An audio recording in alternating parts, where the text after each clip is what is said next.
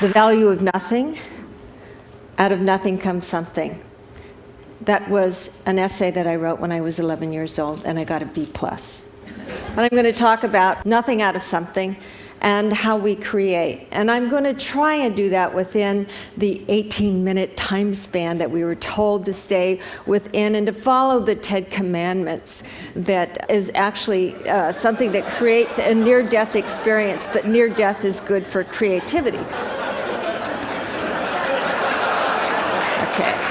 So I also want to explain, because Dave Eggers said he was going to heckle me if I said anything that was a lie or not true to universal creativity. And I've done it this way for half the audience who is scientific. When I say we, I don't mean you necessarily. I mean me and my right brain, my left brain, and the one that's in between that is the censor and tells me what I'm saying is wrong. And I'm going to do that also by looking at what I think is part of my creative process, which includes a number of things that happen. Actually, the nothing started even earlier than the moment in which I'm creating something new. And that includes nature and nurture and what I refer to as nightmares.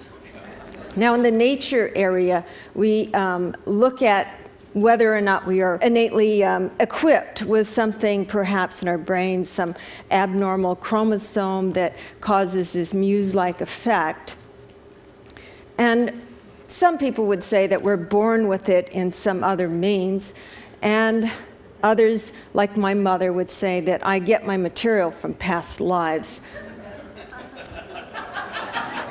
Some people would also say that creativity may be a function of some other neurological quirk, and the Van Gogh syndrome, that you have a little bit of, psychosis or depression. I do have to say, I read recently that Van Gogh wasn't really necessarily psychotic, that he might have had temporal lobe seizures, and that might have caused this spurt of creativity. And I suppose it does something in some part of your brain. And I will mention that I actually developed temporal lobe seizures a number of years ago, but it was during the time I was writing my last book, and some people say that book is quite different. I think that part of it also begins with a sense of identity crisis. Who am I? Why am I this particular person? Why am I not black like everybody else? And sometimes you're equipped with skills, but they may not be the kind of skills that enable creativity. I used to draw. I thought I would be an artist, and I had a miniature poodle. And it wasn't bad, but it wasn't really creative, because all I could really do was represent in a very one-on-one way. And I have a sense that I probably copied this from a book. And then I also wasn't really shining in a certain area that I wanted to be. And, you look at those scores, and it wasn't bad, but it was not certainly predictive that I would one day make my living out of the artful arrangement of words. Also, one of the principles of creativity is to have a little childhood trauma. And I had the usual kind that I think a lot of people had, and that is that, I had expectations placed on me. That figure right there, by the way, right there was a toy given to me when I was about 9 years old, and it was to help me become a doctor from a very early age. I have some ones that were long-lasting from the age of 5 to 15. This was supposed to be my side occupation, and it led to a sense of failure. But actually, there was something quite real in my life that happened when I was about 14, and it was discovered that my brother in 1967, and then my father 6 months later, had brain tumors. And my mother believed that something had gone wrong, and she was going to find out what it was, and she was going to fix it. My father was a Baptist minister, and he believed in miracles and that God's will would take care of that. But of course, they ended up dying 6 months apart. And after that, my mother believed that it was fate or curses. She went looking through all the reasons in the universe why this would have happened. Everything except randomness. She did not believe in randomness. There was a reason for everything. And one of the reasons she thought was that her mother, who had died when she was very young, was angry at her. And so I had this notion of death all around me, because my mother also believed that I would be next and she would be next. And when you are faced with the prospect of death very soon, you begin to think very much about everything. You become very creative in a survival sense. And this then led to my big questions, and they're the same ones that I have today. And they are, why do things happen? And how do things happen?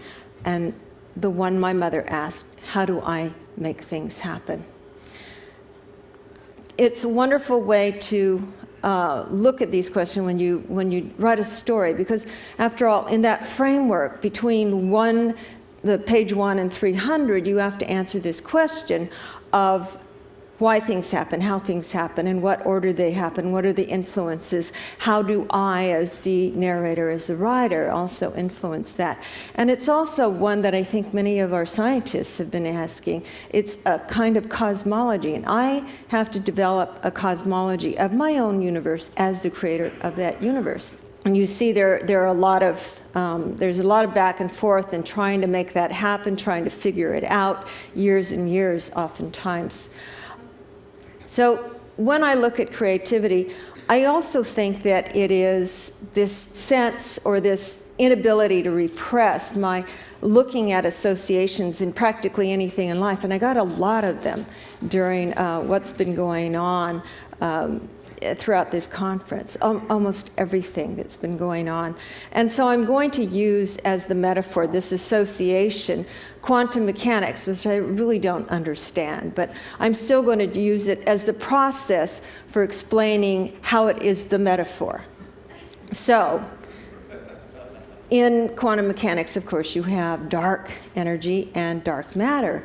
And it's the same thing in looking at these questions of how things happen. There's a lot of unknown, and you often don't know what it is except by its absence. But when you make those associations, you want them to come together in a kind of synergy in the story. And what you're finding is what matters, the meaning. And that's what I look for in my work, a personal meaning. There is also the uncertainty principle, which is part of quantum mechanics, as I understand it, and this happens constantly in the writing. And there's the terrible and dreaded observer effect, in which you're looking for something and, you know, things are happening simultaneously, and you're looking at it in a different way, and you're trying to really look for the about in the story. What is the story about? And if you try too hard, then you will only write the about. You won't discover anything. And what you were supposed to find, what you hoped to find in some serendipitous way, is no longer there.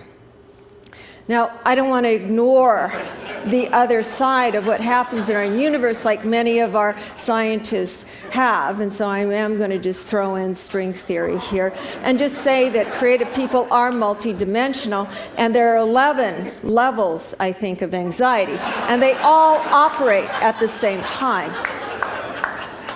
There is also a big question of ambiguity, and I would link that to something called the cosmological constant. You don't know what is operating, but something is operating there. And ambiguity to me is very uncomfortable in my life, and I have it. Moral ambiguity. It is constantly there. And just as an example, this is one that recently came to me. It was something I read in an editorial by a woman who was talking about the war in Iraq. And she said, save a man from drowning, you are responsible to him for life. A very famous Chinese saying, she said, and that means that because we went into Iraq, we should stay there until things were solved, you know, maybe even 100 years. So there was another one that I came across, and it's saving fish from drowning, and is what Buddhist fishermen say, because they're not supposed to kill anything, and they also have to make a living, and people need to be fed. So their way of rationalizing that is they are saving the fish from drowning, and unfortunately in the process the fish die. Now what's encapsulated in both these drowning metaphors, actually one of them is my mother's interpretation, and it is a famous Chinese saying because she said it to me: save a man from drowning, you're responsible to him for life, and it was a warning, don't get involved in other people's business or you're going to get stuck. Okay, I think if somebody really was drowning, she'd save them. But both of these sayings, saving a fish from drowning or saving a man from drowning, to me they had to do with intentions. And all of us in life, when we see a situation, we have a response, and then we have intentions, or there's an ambiguity of what that should be that we should do, and then we do something, and the results of that may not match what our intentions had been. Maybe things go wrong. And so after that, what are our responsibilities? What are we supposed to do? Do we stay in for life, or do we do something else and justify and say, well, my intentions were good, and therefore it cannot be held responsible for all of it. That is the ambiguity in my life that really disturbed me and led me to write a book called Saving Fish from Drowning. I saw examples of that. Once I identified this question, it was all over the place. I got these hints everywhere. And then, in a way, I knew that they had always been there. And then writing, that's what happens. I get these hints, these clues, and I realize that they've been hard, they've been obvious, and yet they have not been. And what I need, in effect, is a focus. When I have the question, it is a focus. And all these things that seem to be flotsam and jetsam in life actually go through that question. And what happens is those particular things become relevant. And it seems like it's happening all the time. You think there's a sort of coincidence going on, a serendipity, in which you're getting all this help from the universe. And it may also be explained that now you have a focus and you are noticing it more often. But you apply this, you begin to look at things having to do with your tensions, your brother who's fallen into trouble, do you take care of him, why or why not? It may be something that is perhaps more serious, as I said, human rights in Burma. I was thinking that I shouldn't go because somebody said if I did, it would show that I approved of the military regime there. And then after a while, I had to ask myself, why do we take on knowledge? Why do we take on assumptions that other people have given us? And it was the same thing that I felt when I was growing up and was hearing these rules of moral conduct from my father, who was a Baptist minister. So I decided that I would go to Burma for my own intentions, and still didn't know that if I went there, what the result of that would be if I wrote a book. And I just would have to face that later when the time came. We are all concerned with things that we see in the world that we are aware of. We come to this point and say, what do I as an individual do? Not all of us can go to Africa or work at hospitals. So what do we do if we have this moral response, this feeling? Also, I think one of the biggest things we are all looking at and we talked about today is genocide. This leads to this question. When I look at all these things that are morally ambiguous and uncomfortable, and I consider what my intention should be, I realize it goes back to this identity question that I had when I was a child, and why am I here, and what is the meaning of my life, and what is my place in the universe? It seems so obvious, and yet it is not. We all hate moral ambiguity in some sense, and yet it is also absolutely necessary in writing a story. It is the place where I begin. Sometimes I get help from the universe, it seems. My mother would say it was the ghost of my grandmother from the very first book, because it seemed I knew things I was not supposed to know. Instead of writing that the grandmother died accidentally from an overdose of opium while having too much of a good time, I actually put down in the story that the woman killed herself, and that actually was the way it happened. And my mother decided that that information must have come from my grandmother. There are also things quite uncanny which bring me information that will help me in the writing of the book. In this case, I was writing a story that included some kind of detailed period of history, a certain location, and I needed to find something historically that would match that. And I took down this book, and first page that I flipped it to was exactly the setting and the time period and the kind of character I needed. It was a Taiping rebellion happening in the area near Guilin, outside of that, and a character who thought he was the son of God. You wonder, are these things random chance? Well, what is random? What is chance? What is luck? What are things that you get from the universe that you can't really explain? And that goes into the story too. These are the things I constantly think about from day to day, especially when good things happen, and in particular when bad things happen. But I do think there's a kind of serendipity, and I do want to know what those elements are so I can thank them and also try to find them in my life. Because again, I think that when I am aware of them, more of them happen.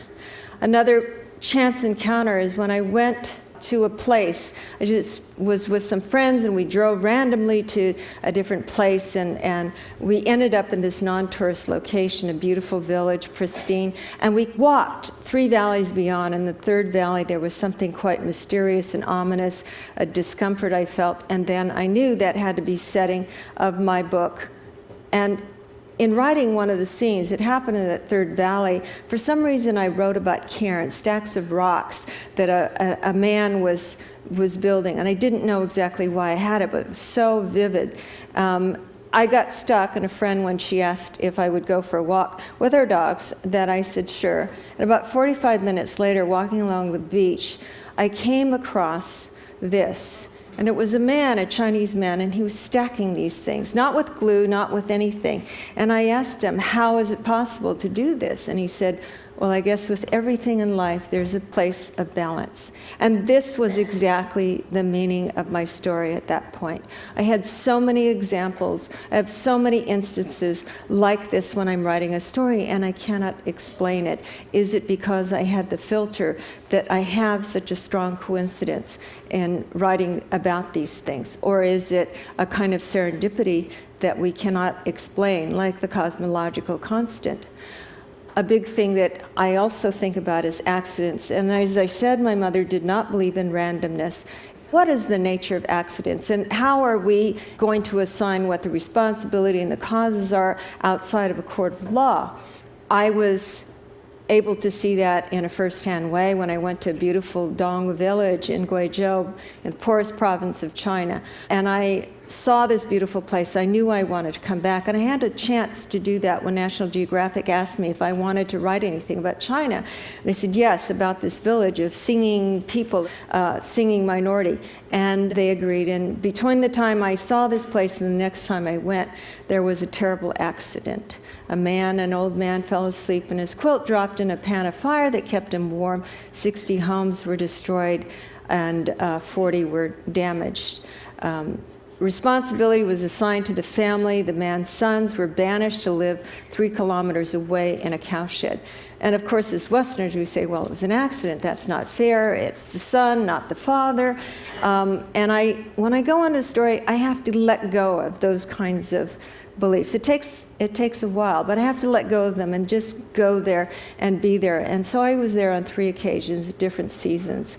And I began to sense something different about the history and what had happened before, and the nature of life in a very poor village, and what you find is your joys and your rituals, your traditions, your links with other families.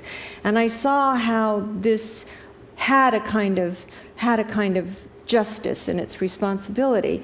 I was able to find out also about the ceremony that they were using, a ceremony they hadn't used in about 29 years, and it was to send some men, a feng shui master sent men down to the underworld on ghost horses. Now you as Westerners and I as Westerners would say, well, that's superstition, but after being there for a while and seeing the amazing things that happen, you begin to wonder whose beliefs are those that are in operation in the world, determining how things happen.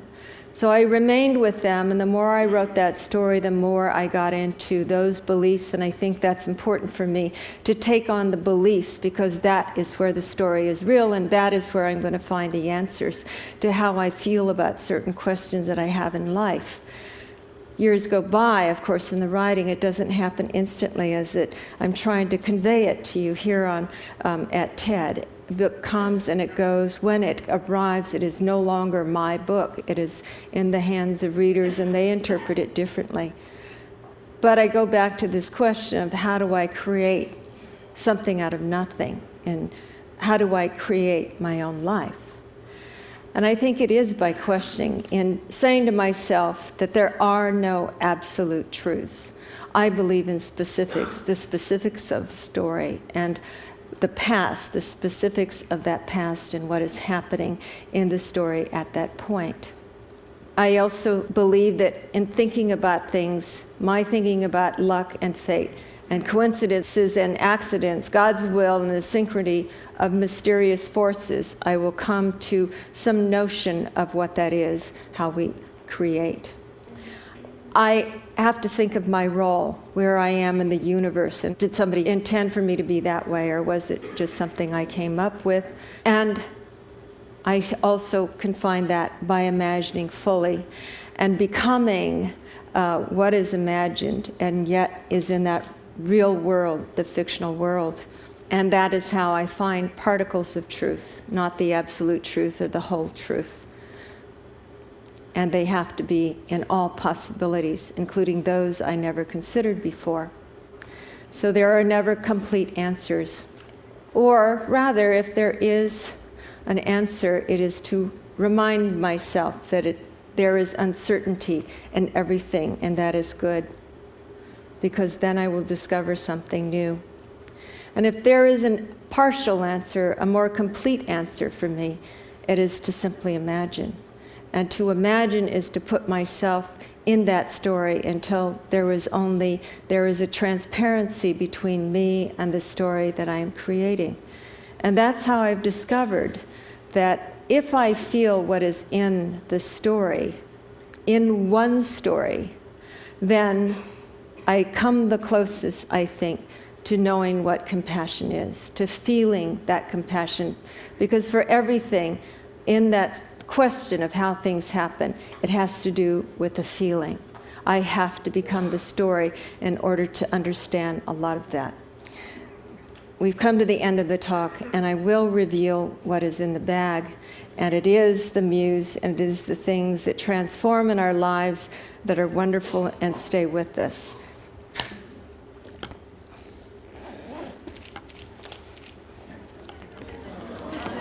There she is. Thank you very much.